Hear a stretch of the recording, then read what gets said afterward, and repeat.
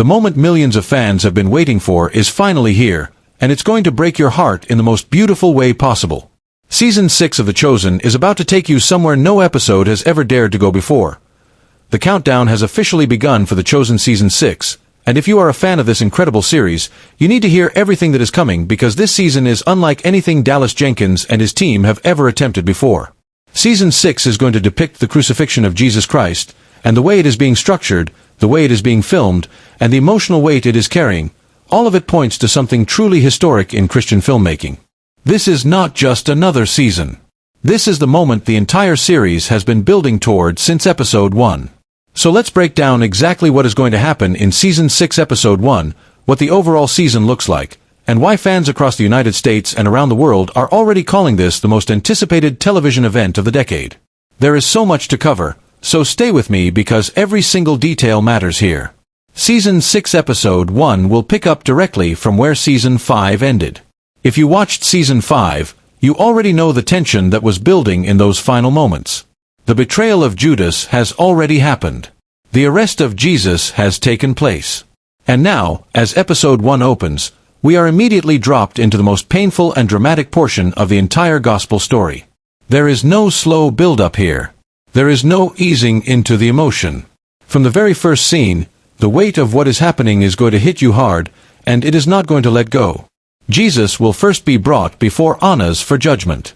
Now for those who may not be deeply familiar with the biblical timeline, Annas was the former high priest and one of the most powerful religious figures in Jerusalem at that time.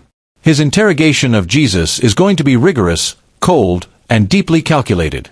Annas will press Jesus about his followers, about his teachings, trying to find anything that can be used against him to prove him guilty in the eyes of the law. And what makes this scene so powerful is not the interrogation itself, it is Jesus's response. With complete calmness, with total sincerity, Jesus will look at Annas and say, "I have taught openly. Why are you questioning me as if I were hiding?" That single response carries so much depth, so much quiet strength, that it is going to send chills through every single person watching. And here is where the acting of Jonathan Rumey is going to absolutely stun audiences once again. Jonathan has delivered extraordinary performances throughout every season of The Chosen, but Season 6 is going to push him to an entirely new level. Just think about what it means to portray Jesus in these moments, the arrest, the interrogation, the silence, the suffering, and to do it with the kind of grace and authenticity that Jonathan consistently brings to this role. The scene with Annas alone is going to be one of the most talked about moments of the entire season. But the intensity does not stop there. Following Jesus's powerful response to Annas, one of Annas's guards will strike Jesus out of anger. This moment is going to be one of the most gut-wrenching scenes in the entire series. Because here is a man who has done nothing but teach love, healing, and truth, and he is being struck by someone who cannot handle the quiet, unshakable dignity of his presence. It is the kind of scene that reminds you exactly what Jesus endured, not in a distant or abstract way, but in a deeply human and painfully real way. And while all of this is happening to Jesus inside, Simon Peter is waiting outside in the courtyard. And this is where one of the most emotionally devastating moments in all of Scripture is going to play out on screen.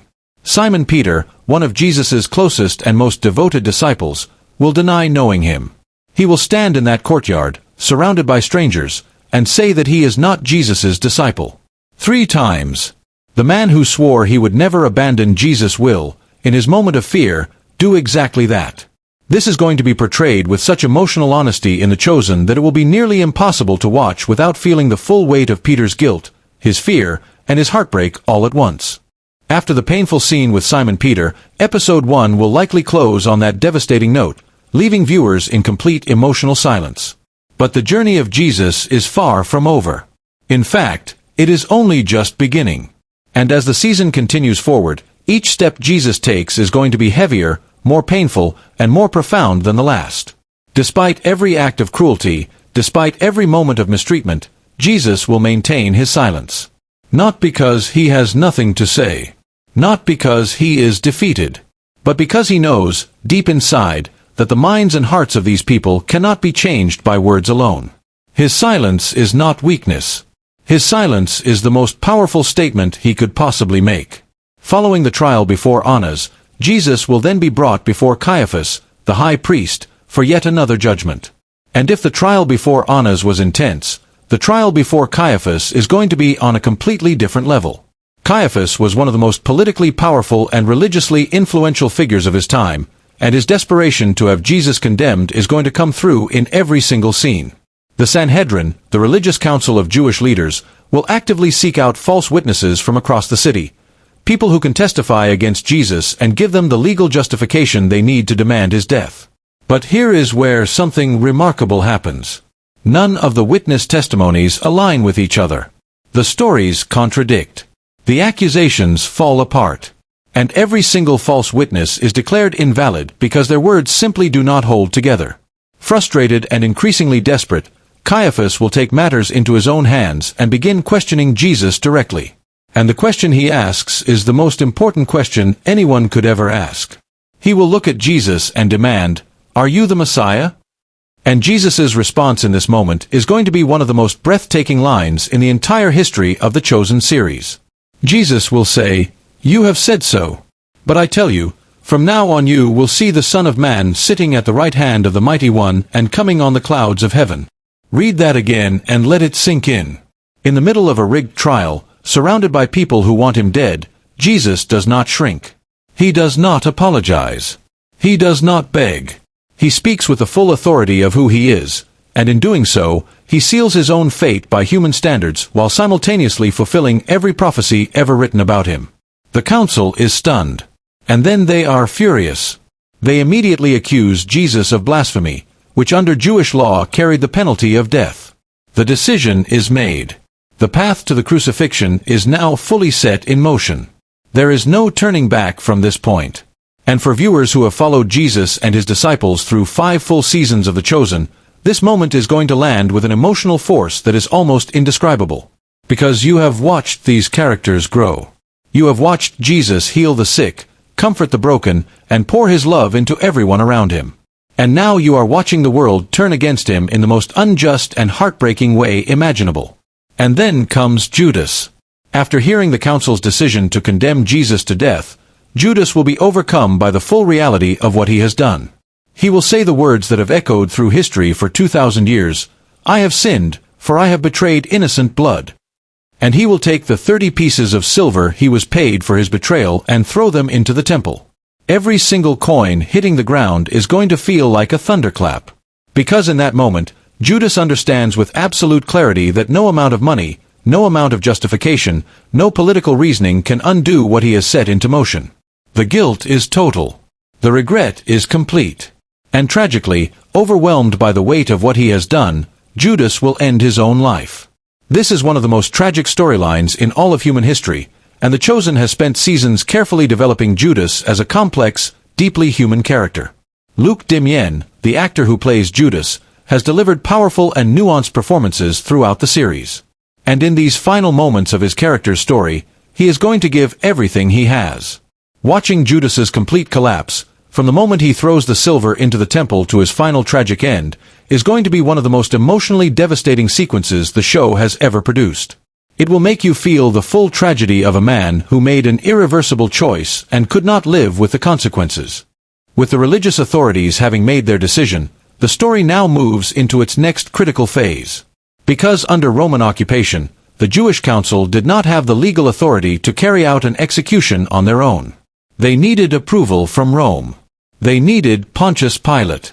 And so Jesus, already exhausted, already having endured hours of interrogation and mistreatment, will now be brought before the Roman governor himself. This is the moment where political power and divine purpose collide in the most extraordinary way, and The Chosen is going to portray it with every ounce of dramatic weight it deserves. From the very moment Pilate lays eyes on Jesus, something shifts inside him.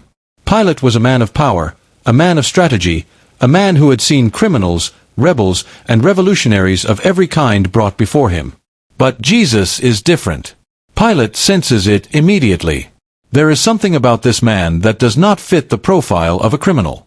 Something that does not add up. And that unsettled feeling is going to be written all over Pilate's face from the moment the scene begins. Forced by the pressure of the religious leaders to carry out an interrogation, Pilate will ask Jesus directly, "Are you the king of the Jews?" And just as he did before Annas and before Caiaphas, Jesus will stand completely firm. He will respond, "You say that I am." Not a denial. Not a confession in the way Pilate expects. Just quiet, unshakable truth. And Pilate does not know what to do with that. Deep down, Pilate recognizes that Jesus is innocent. He can feel it. And because he does not want to be the man who signs the death warrant for someone he believes has done nothing wrong, he is going to look for every possible way out of this situation. His first move will be to send Jesus to Herod Antipas. Herod had jurisdiction over Galilee, where Jesus had done much of his ministry, and Pilate uses this as a legal justification to pass the case along and remove himself from the equation.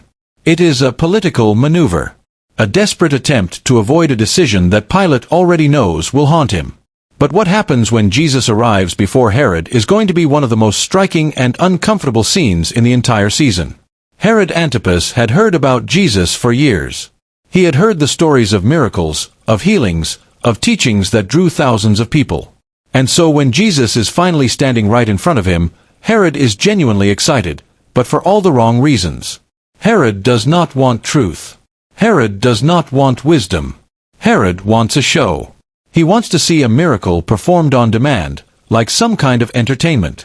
He will press Jesus, demanding that he demonstrate his power. And Jesus will say absolutely nothing. Not a single word. Not a single miracle.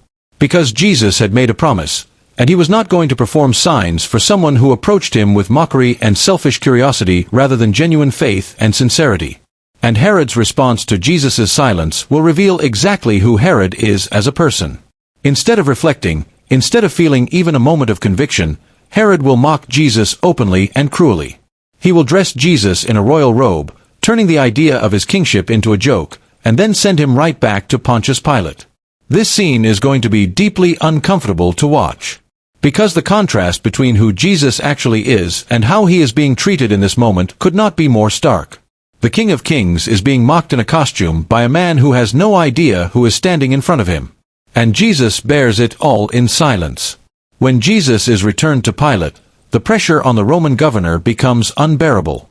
Pilate has tried everything he can think of to avoid sentencing Jesus to death. And so he turns to one final option, the Passover custom.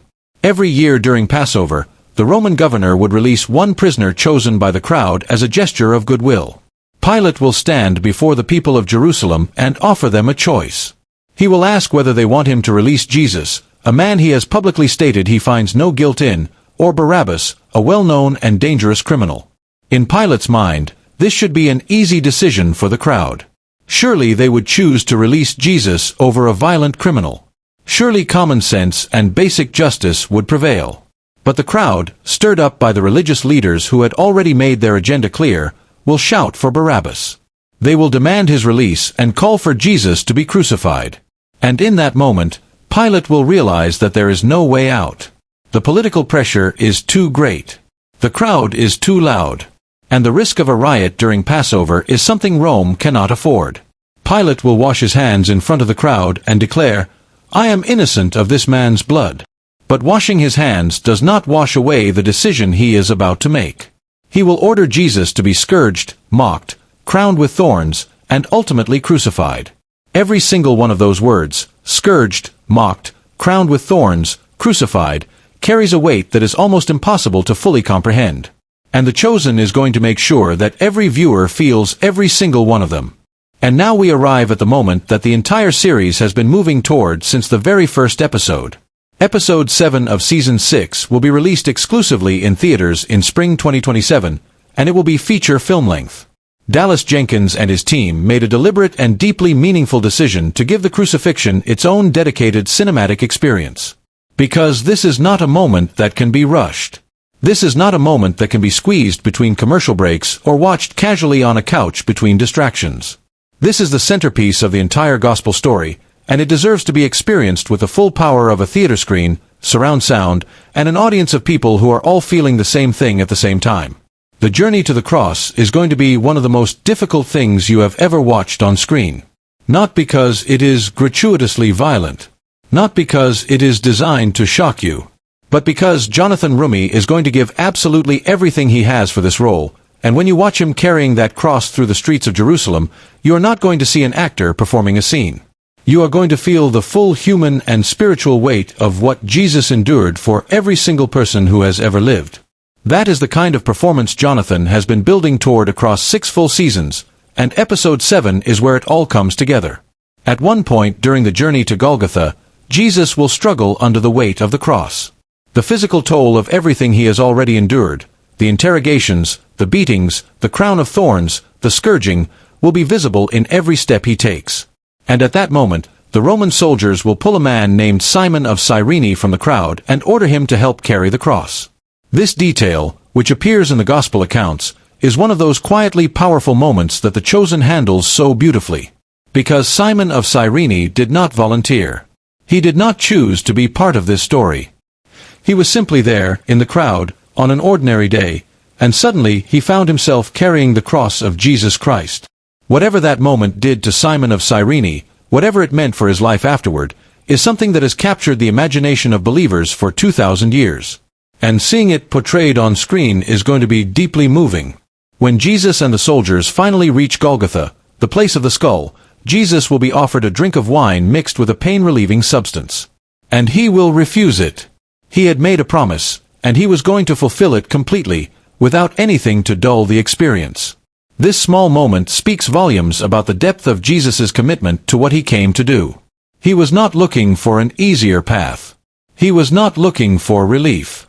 He was walking this road with full awareness, full intention, and full love for the people he was doing it for. Jesus will be crucified. Above the cross, a sign will be placed reading, Jesus of Nazareth, the King of the Jews. 2 other men will be crucified alongside him, one on each side.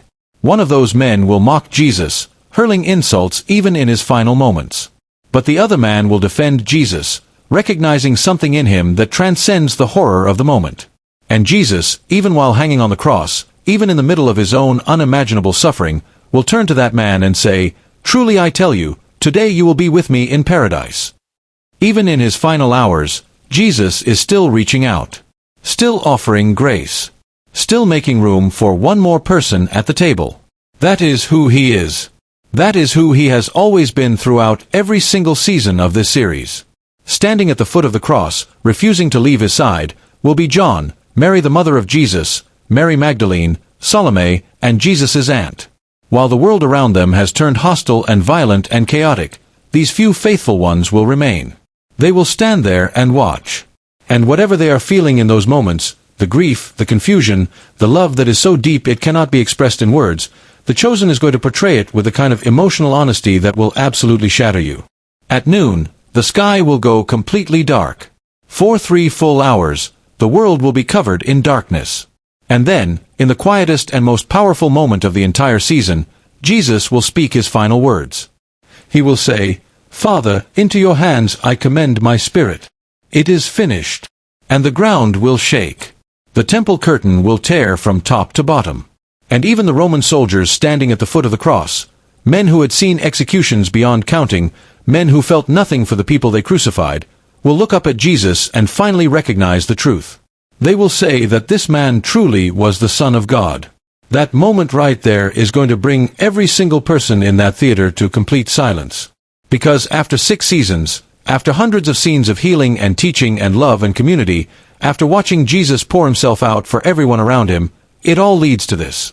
And it is going to feel like the heaviest and most beautiful thing you have ever experienced in a movie theater in your entire life. And the story does not end there. Dallas Jenkins has already confirmed that Season 7 of The Chosen will depict the resurrection of Jesus, and filming is set to begin very soon. Which means that even in the depths of the grief and loss that Season 6 is going to bring, there is hope waiting on the other side. There is a morning coming after the darkest night. And The Chosen is going to take you through every single moment of that journey with the same care, the same authenticity, and the same breathtaking storytelling that has made this series the most watched Christian content in television history. So now it is your turn. Are you ready for Season 6 of The Chosen? Are you prepared to sit with the weight of this story and let it move you the way it is meant to move you? Drop your thoughts in the comments right now because this community deserves to experience this together. And if this breakdown spoke to you, if it stirred something inside you, then do not forget to hit that like button and subscribe to this channel so you never miss a single update about The Chosen Season 6, Episode 7, and everything that is coming in Season 7. This is the story of a lifetime. And we are going to watch it unfold together.